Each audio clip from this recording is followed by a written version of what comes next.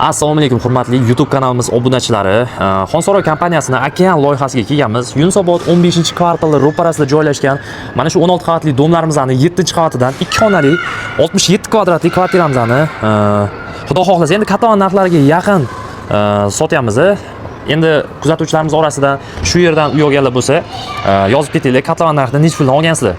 Xullas uyimizda mana birinchi bo'lib hovlilarni ko'rsatib chiqamiz. Bolalar maydonchasi, mashina qo'yish uchun parkovkalar bor, podъемный parkovkasi ham bor, ikkitalab liftlar bor. Chiqib tushda muammo bo'lmaydi. Uyimizni balkonida turibmiz hozir. Xonsaroy kompaniyasini, assalomu alaykum, ko'ryapsanmi, mana aksimni?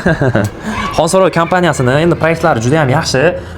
Ko'p insonlar olib, yashaganlar yaxshi o'tib berishyapti. Shu sababdan ham endi uy olganlar bu yerdan bilgan biladi. Mana shu holatda topshiradi. U yog'ini o'zingizlar remont qilib olasizlar.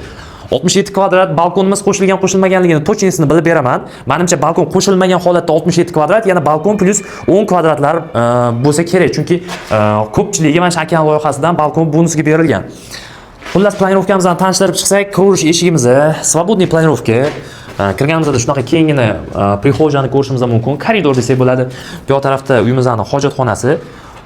Oshxonamizni, gazlarimizni mana ulab qo'yilgan. O'zi bu yerda odamlar yashayapti, kadastrlar chiqqan.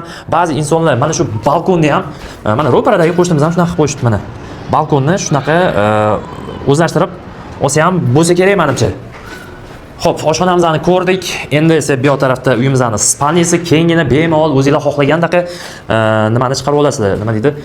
Bemalol bitta spalniya ham, shkop ham hamma narsa sig'ib ketadi. Bu tarafimiz esa uyimizning umumiy zali. Uchala xonamizdan ham balkonga chiqadigan joyimiz bor. Domimiz mana yo'lga qaragan, bu taraf Yunusobod. Xo'p, uyimizning endi sanuzeli. Mana ko'rishingiz mumkin.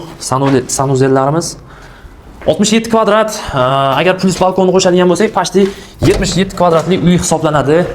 Uyimizning pod'ezdlari mana ko'rishingiz mumkin. Ikkitalab liftlar bor.